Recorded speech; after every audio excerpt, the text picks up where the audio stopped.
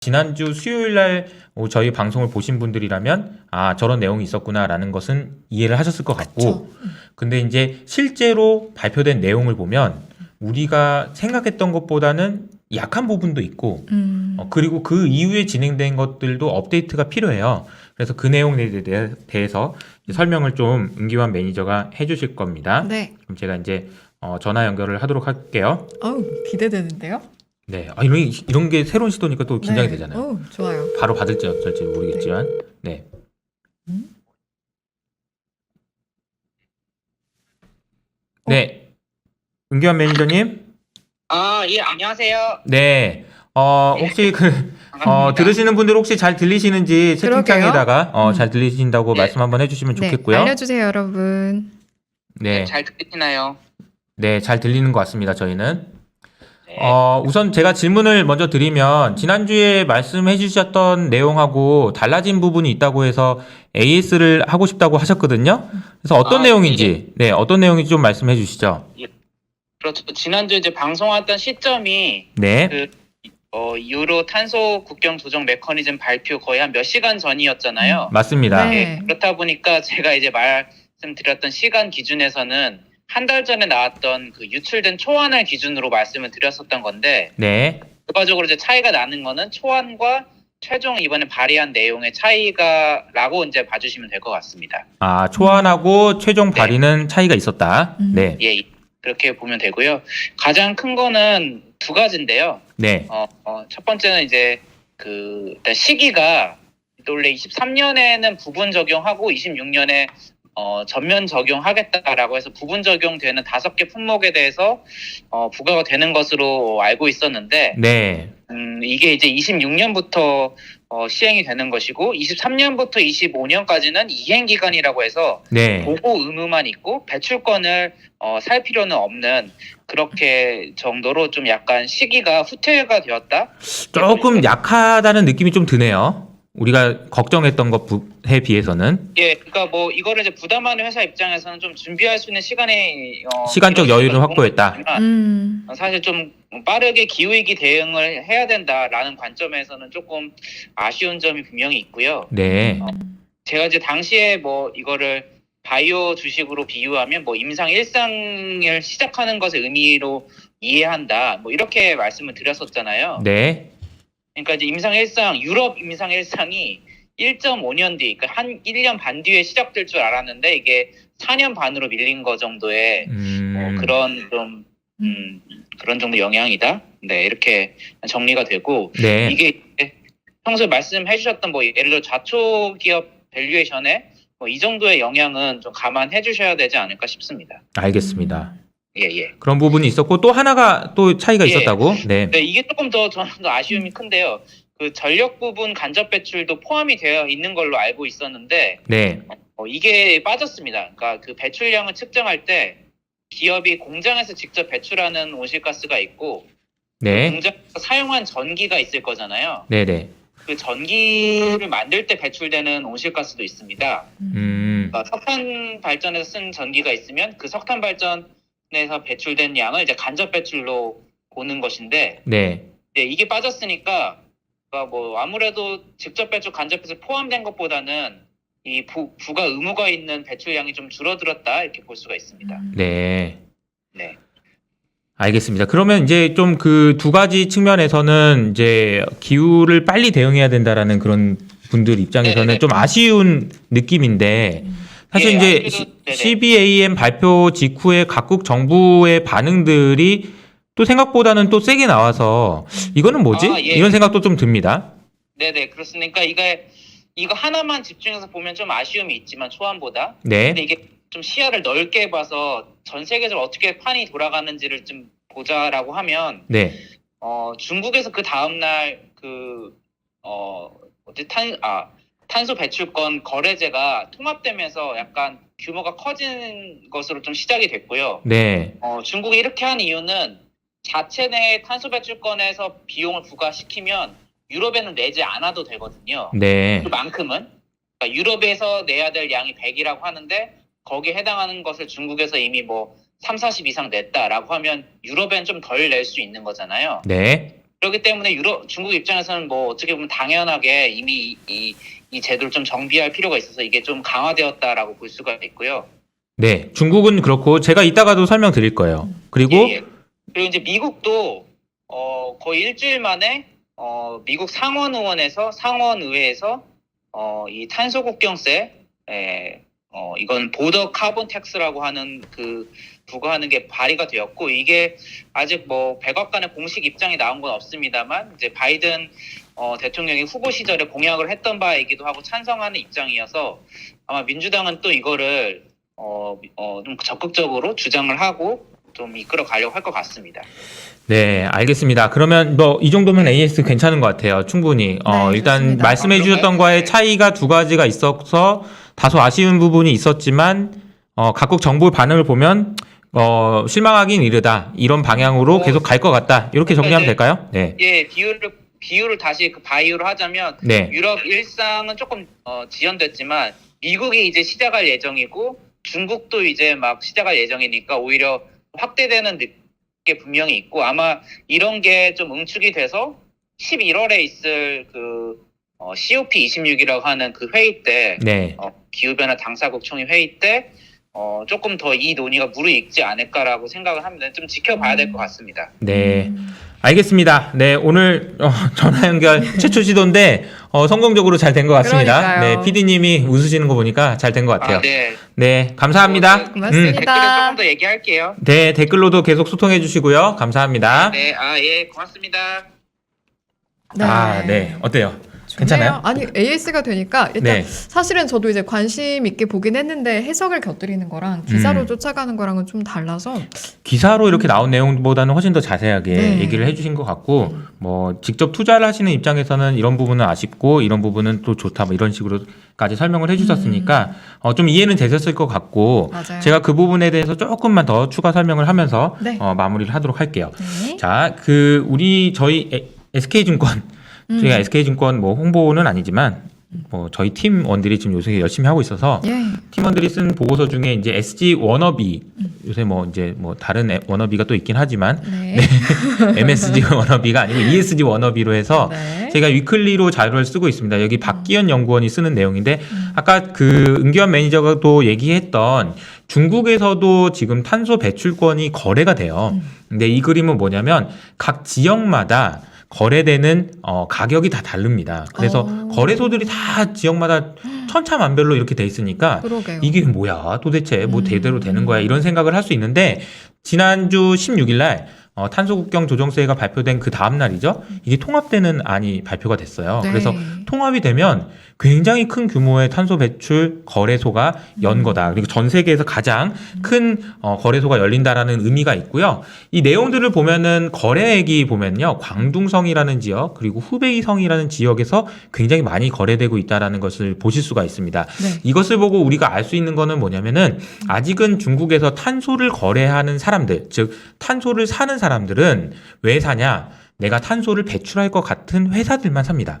다시 말하면 내가 이만큼 탄소를 배출해야 되는데 탄소 거래에 관련된 그거를 사지 않으면 거래권을 사지 않으면 네. 내가 돈을 내야 되니까 이걸 미리 사놓는 개념인 거죠. 이거는 소위 말하는 해지의 개념인 거예요. 내가 할 만큼 한다. 이런 사놓는다는 개념이죠. 네. 근데 만약에 승희님도 여기서 우리 이산화탄소 이런 얘기 굉장히 많이 들었잖아요. 그렇죠.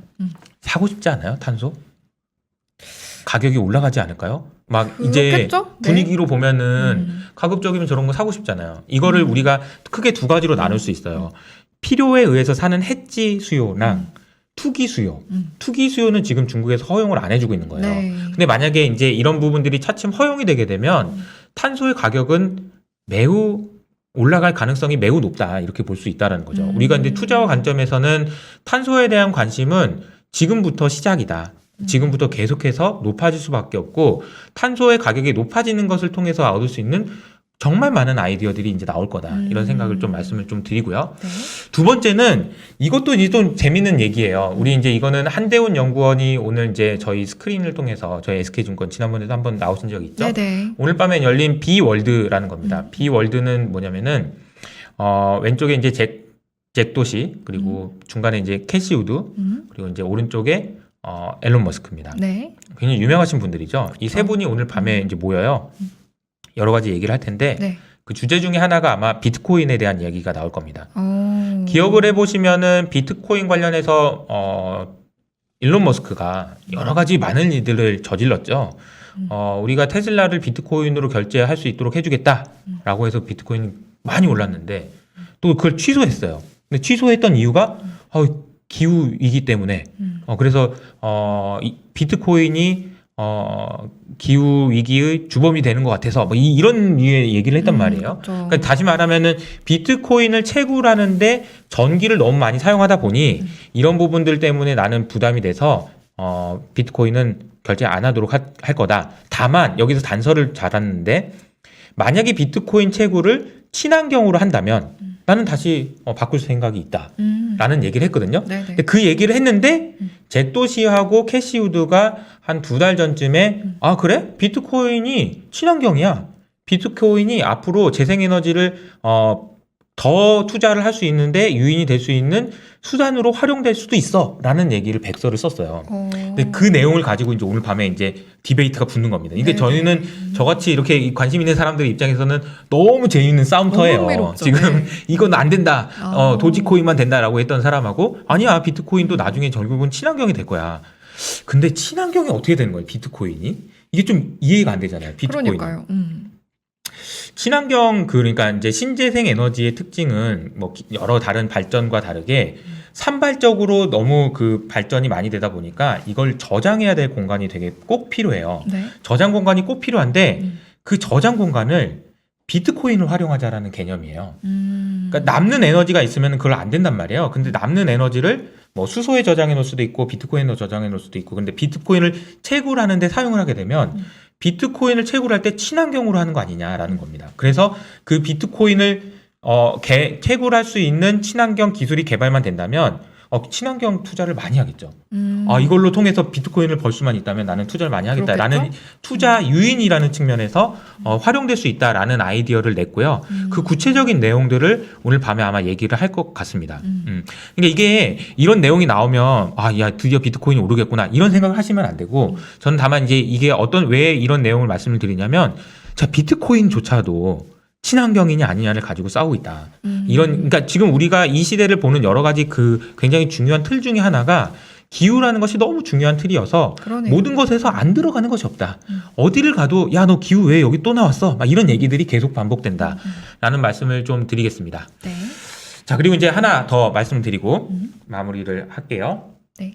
근데 올라가고 안 올라가고가 당장 중요한 건 아니라고 하셨는데 최근에 또 우리나라 비트코인이 한참 빠졌다가 이제 다시 오르락 내리락 하려고 막 하니까 네. 저는 좀 마음이 살짝 들썩거리려고 하네요. 그런가요? 네. 그러지 말라는 말씀이시죠? 네, 표정이 네. 또 이렇게 또 뭔가 불안함을 네, 네. 낳는 그런 표정인데 네. 아니 뭐 비트코인 가격 전망을 하는 거는 너무 어렵고요. 다만 그렇죠. 이제 우리가 이거는 말씀드릴 수 있을 것 같아요. 비트코인이 한참 올라갈 때는 제가 경제 부문의 뉴스를 보면 거의 10개 중에 9개는 비트코인 얘기가 많았어요. 근데 요즘에 보면은 비트코인 얘기는 거의 없는 것 같아요. 맞아요. 저도 느껴요. 네, 그거는 좀 하나 힌트가 되지 않을까. 우리가 이제 항상 이런 부분들은 투자해서 역발상으로 삼으셔야 된다라는 말씀 정도는 드릴 수 있을 것 같습니다. 네. 자. 저희 자주 와주시는 버처스 나이프님께서 하지마 이승희님 그러셔서 안 할게요. 걱정하지 마십시오. 네. 네네. 저희 넘어가 볼까요? 네네네. 뭐 그 가격 전망은 아니었다 이렇게 말씀을 좀 드리고요. 네. 자, 제가 이제 서두에 말씀드렸던 것처럼 저는 이제 시장에 대해서 계속 긍정적으로 말씀드리고 있습니다. 다만 이제 뭐 여름에는 조금 뭐 이런 정도. 근데 이제 제가 생각하는 진짜 위기가 있어요. 저도 이게 정말 걱정이 많이 되는 부분이 있습니다. 그래서 그 내용을 좀 말씀을 드릴 텐데 첫 번째는 많은 분들이 지적하시는 부채입니다. 네. 부채가 너무 많아졌다. 그리고 미국 정부의 부채가 이건 말이 되냐.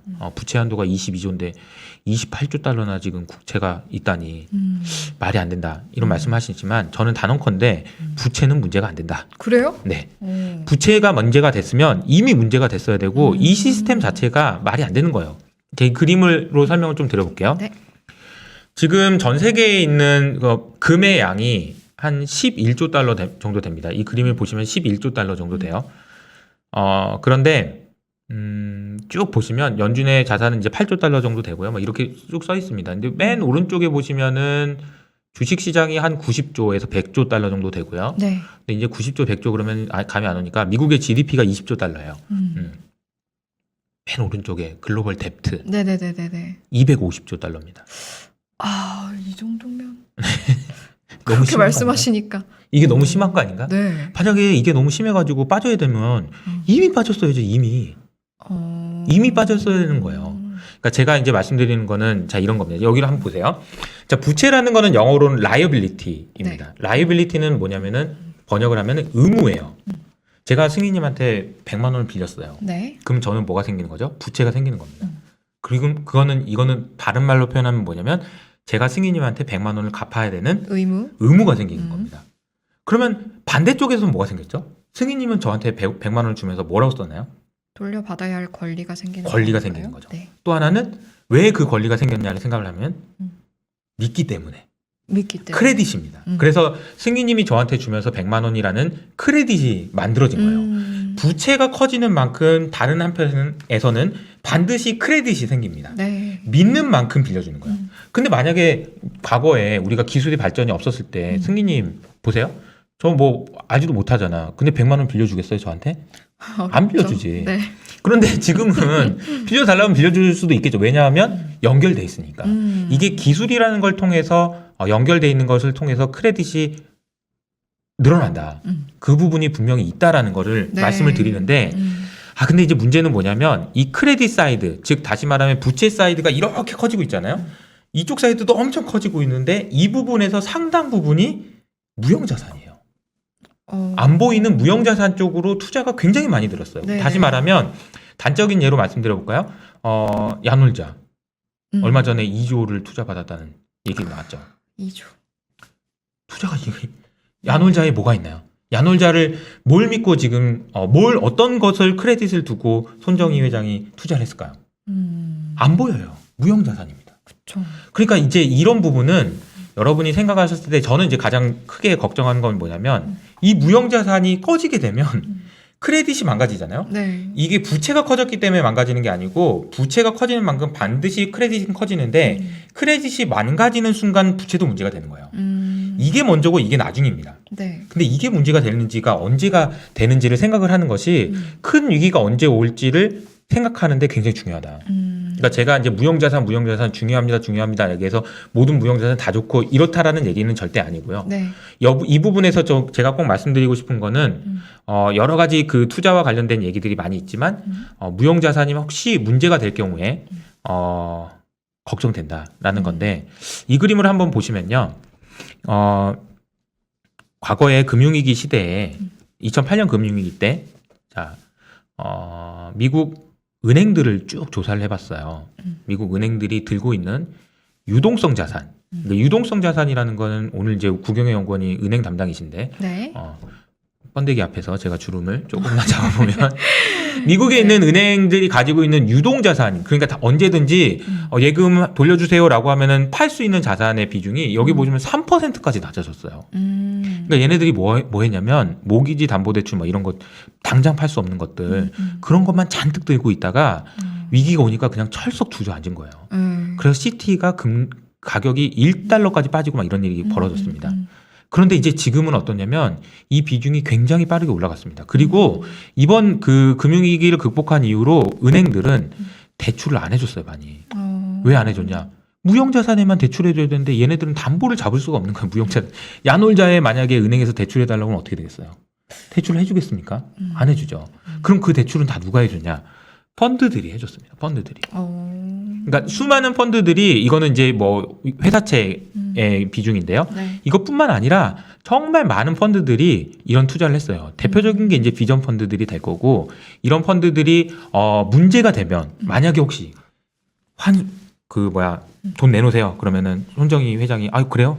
이거 아까운데 이거 팔아야 되겠다. 그러면 팔게 되면 야놀자를 팔아야 되는 상황이 되면 이게 어떻게 되냐? 이게 이제 가장 큰 문제라는 거죠. 근데 제가 그럼에도 불구하고 여전히 계속 괜찮다라고 말씀드리는 이유는 괜찮다는 아니고 아직은 아닌 것 같다라고 말씀드리는 이유는 네. 지금도 보세요. 돈이 계속해서 넘쳐나서 이런 쪽으로 투자되려는 돈들이 너무 많잖아요. 그래서 이제 저는 아직은 괜찮다. 혹은 아직은 그렇게까지 걱정할 건 아니다. 다만 이런 부분이 있다라는 것은 알고는 있자라는 말씀을 좀 드리겠습니다. 네. 일단 그러면 어떤 말씀하신 위기가 올 만한 순간은 저희가 투자자 입장에서 그러면 어떻게 포착을 해야 되는 거예요? 펀드들이 막 움직이기 시작할 때? 거둬들일 때? 포착을 할 수 있는 방법은 저도 이제 그게 정말 고민이 많이 되고 어떻게 하면 우리가 알 수 있을까? 그거는 단언컨대 알 수 있는 방법은 없습니다.